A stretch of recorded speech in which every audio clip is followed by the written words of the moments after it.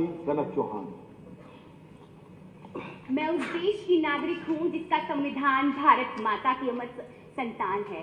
वो देश जिसकी विविधता अधिक सशक्त, जिसकी एकता और अधिक अटल है। मैं उस देश की नागरिक हूँ जो सत्यम शिवम सुंदरम, कभी वंदे मातरम तो कभी पंजाब सिंध गुजरात मराठा द्राविड़ उत्कल बंगा है।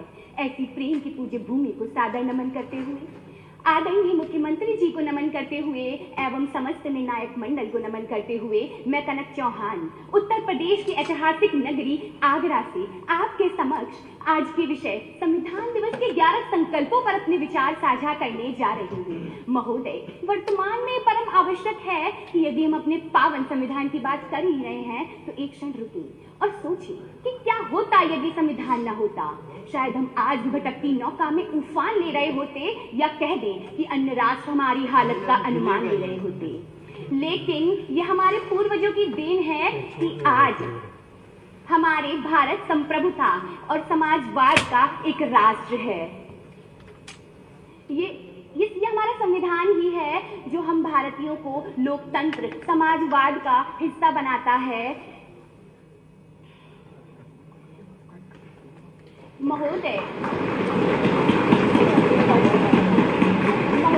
संप्रभुता, समाजवाद और वसुधैव कुटुंबकम का नारा आगे बढ़ाते हुए हम इस भारत को संवैधानिक मूल्यों को अपनाकर इतना आगे बढ़ा सकते हैं कि हर दिल, हर कर्म, हर गली में अब्दुल कलाम से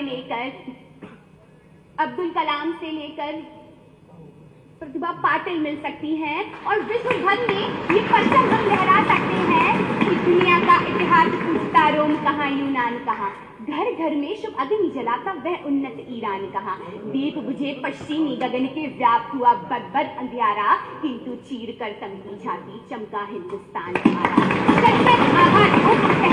जीवित हिंदुस्तान हमारा, जग के मस्तक पर रोली सा शोभित हिंदुस्तान हमारा, शोभित हिंदुस्तान हमारा। धन्यवाद। जय हिंद, जय मां भारत। आगरा की कनक चौहान के पश्चात आगरा की ही सोना गहर, उसमें Good afternoon, everyone. My heartfelt gratitude to respected dignitaries and fellow participants. Today, I'm going to speak on the topic 75 years of the Indian Constitution, a journey of rights, duties, and progress. This journey can be viewed through two key aspects. How far have we come and how far do we need to go? On to the first aspect, I see how our freedom struggle was fundamentally a fight for justice, equality, and rights. Dr. B.R. Ambedkar's movement against untouchability was advocating for justice for Harijans, while Mahatma Gandhi's Salt March demanded consumer rights for Indians. The culmination of all these struggles resulted in the Indian Constitution, which finally granted to every Indian the rights and the system of governance they truly deserve. Before independence, our India was a nation deprived of even the most basic forms of sustenance. Our people were humiliated and insulted at every point under the shackles of colonialism. Our resources were exploited and we were treated as second-class citizens in our own land. But after independence, our achievements from the creation of land to the victories in wars, the smiling Buddha, the green and the white revolutions, have all stemmed from the principles enshrined in our Constitution. Today, India is consulted at global decisions and nations seek to engage with our growing markets because they recognize our strength. The difference between then and now is, in simple terms, freedom. This freedom is the result of the sacrifices and intellect of our great Indian leaders and people embodied in the Constitution. Today, if we are able to assemble here peacefully and share our viewpoints, it's because of Article 19. Today, if we all have an equal chance to speak without any discrimination, it's because of Article 15 and 16. But my question is this enough? This question brings me to the second aspect of our Constitution's journey. As we move towards becoming Vikasit Bharat by 2047, we need to take some steps and make some changes in our constitutional journey. The first step would be to move towards peaceful protests that do not harm the integrity of our nation. It deeply saddens me to see Indians fighting in the name of language, a tool of communication, not division. Let's prioritize teaching our people the language of peace, love and tolerance first before promoting any other language. Next, The directive principles of state policy must be made legally enforceable, and women who once had to fight for getting out of their homes now have to fight battles against sexual harassments of all sorts. The need is for stricter punishments to not only punish the culprits, but also deter all those who view women as objects. Lastly, ironically, now when we have the right to preserve our own culture, our Indian youth are readily embracing K-pop and hip-hop at the expense of our own cultural heritage. While it is fine to appreciate foreign culture, it becomes a matter of great concern and shame if we forget our own. I would like to conclude by saying that this Constitution is a testament of our nation's resilience and determination, and as responsible citizens of India, it is our duty to uphold its values and contribute to building a just, inclusive and Vikasit Bharat. Jai Hind, Jai Maa Bharat. और अब आगरा के ही आर्यन देव पाथरे।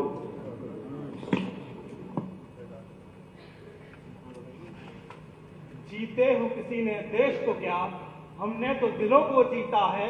जहां राम अभी तक नर में है, नारी में अभी तक सीता है। इतने पावन हो लोग जहां, मैं नित नित शीश झुकाता हूं।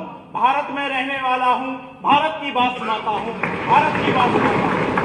नमस्कार, सादर प्रणाम सभी को।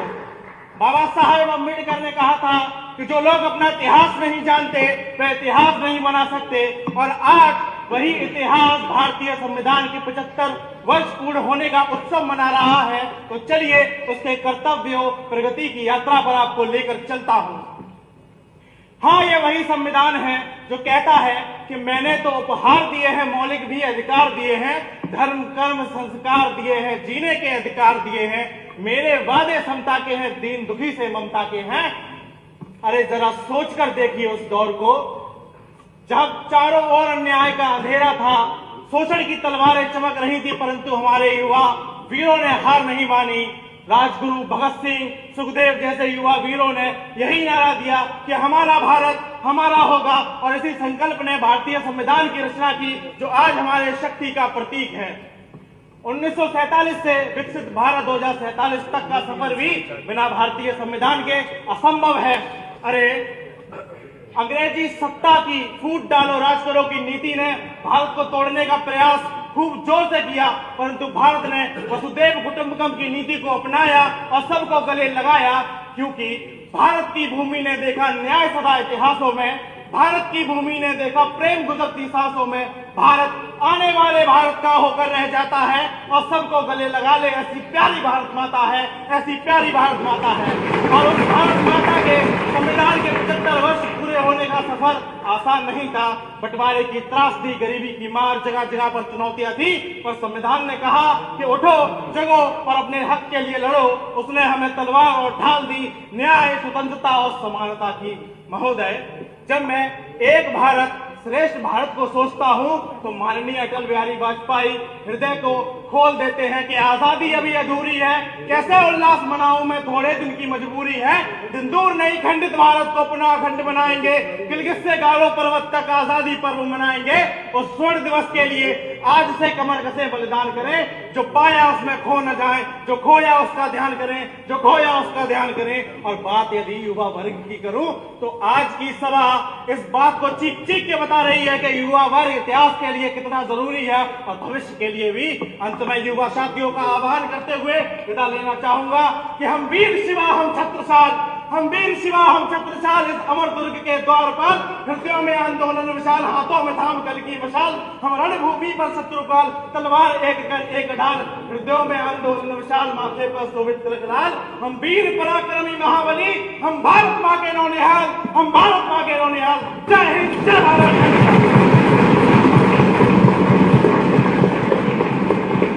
ये प्रतियोगिता जारी रहेगी, लेकिन मंचासीन अतिथियों के प्रति धन्यवाद ज्ञापन के लिए अब मैं राज्य संपर्क अधिकारी राष्ट्रीय सेवा योजना डॉक्टर मंजू सिंह को आमंत्रित करता हूं।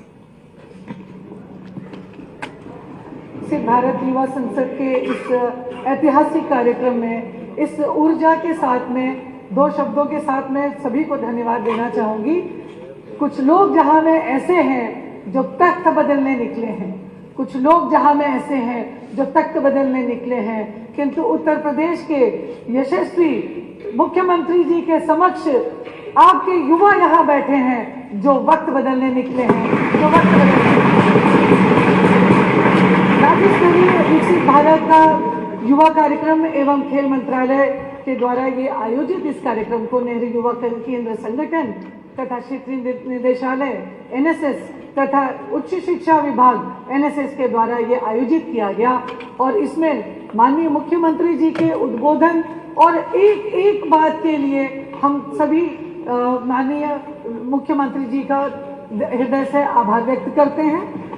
हमारे माननीय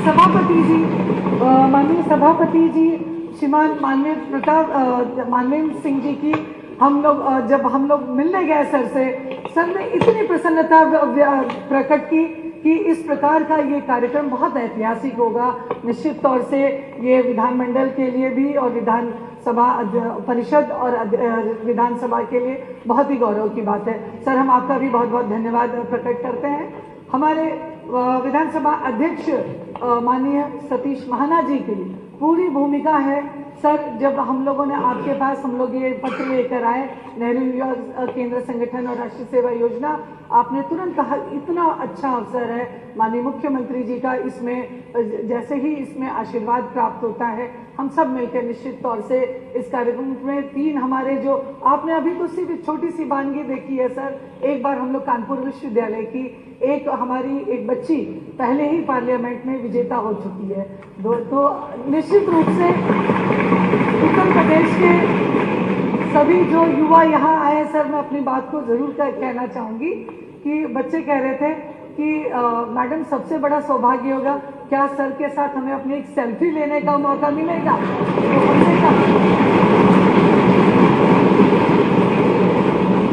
क्योंकि ये युवा हैं, इनके संवाद जैसा कि माननीय मुख्यमंत्री जी ने कहा, विधानसभा अध्यक्ष जी ने कहा, हमारे माननीय सभापति जी ने कहा, ये जो युवा संवाद है ये सिर्फ इस यहाँ सभागार में नहीं होगा, ये यहाँ से निकलेगा, भारतवर्ष तक जाएगा।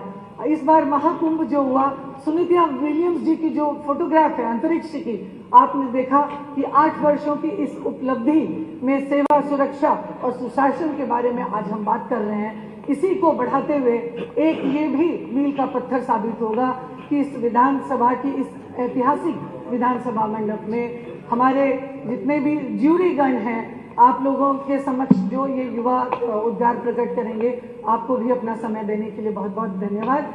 सभी जितने हमारे युवा कल्याण खेल मंत्रालय से गिरीश सर, आपका भी बहुत बहुत धन्यवाद। और उसके साथ जितने भी हमारे यहाँ पर जितने भी अधिकारी हैं और खास करके यहाँ पर जितने भी हमारे युवा आए हैं 75 जिलों से चुन के, आप सभी का बहुत बहुत धन्यवाद। इस ऐतिहासिक पल को हम सभी अपने जहन में संजो कर लेकर जा रहे हैं। जिस प्रकार राष्ट्रीय सेवा योजना का प्रतीक चिन्ह एक नीला ब्रह्मांड को दिखाता है और उसमें लाल ऊर्जा को दिखाता है, हम सभी संकल्पित होकर माननीय मुख्यमंत्री जी आपको बताना चाहेंगे कि 3,21,000 की जो संख्या उच्च शिक्षा विभाग NSS की है और नेहरू युवा केंद्र संगठन की जो हम कुल मिला के 1 करोड़ की संख्या है, ये संकल्पित होकर मेरा माटी मेरा देश, हर घर तिरंगा और इस प्रकार के सभी सिंगल यूज प्लास्टिक के बारे में बात करते हुए, युवा संसद में पंचप्रण की बात करते हुए आज ये जो हमारी ऊर्जा है यहाँ तक पहुँच चुकी है। आप सभी को यहाँ पर सभी आयोजकों को बहुत बहुत धन्यवाद। जय हिंद, जय भारत। बहुत बहुत धन्यवाद। माननीय मंच का प्रस्थान हो रहा है। आप सब अपने स्थान पर बैठे रहें। कृपया आप सब अपने स्थान पर बैठ जाएं, क्योंकि आप सब के लिए बहुत अच्छी बातें कही गई कि जिंदगी की असली उड़ान अभी बाकी है। जिंदगी में कई इम्तिहान अभी बाकी हैं, अभी तो नापी है बस मुट्ठी भर ज़मीं, अभी तो सारा आसमान बाकी है। ये प्रतियोगिता जारी रहेगी। आप सब कृपया अपने स्थान पर बैठे रहें। प्रतियोगिता का क्रम बहुत शीघ्र पुनः प्रारंभ होगा।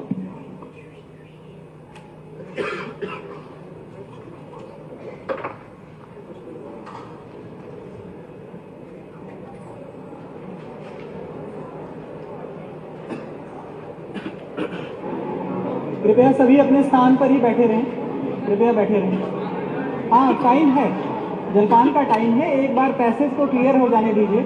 माननीय मुख्यमंत्री जी का जो आवागमन है उसको आप लोग प्लीज अपनी जगह पर बैठे रहिए। अभी आवाज वही है, एक ही आवाज आ रही है।